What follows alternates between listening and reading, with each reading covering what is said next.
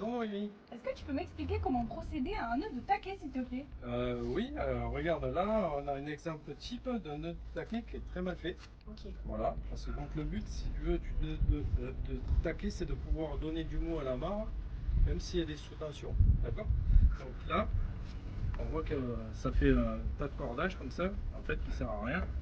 Alors, pour bien faire son nœud de taquet, on prend la mare. Alors, le taquet, c'est ça. Hein. Et on prend la mare, on fait un tour, on passe par-dessus. Ça, on revient.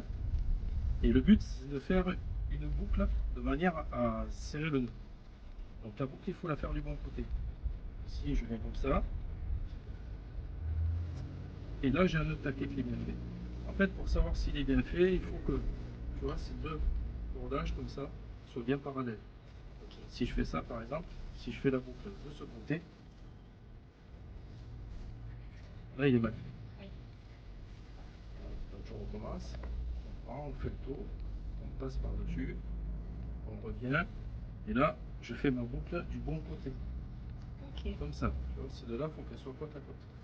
Alors l'avantage, c'est que même si le cordage est sous tension, nous, quand le niveau de l'eau monte, on peut larguer facilement la mare, simplement en faisant coulisser.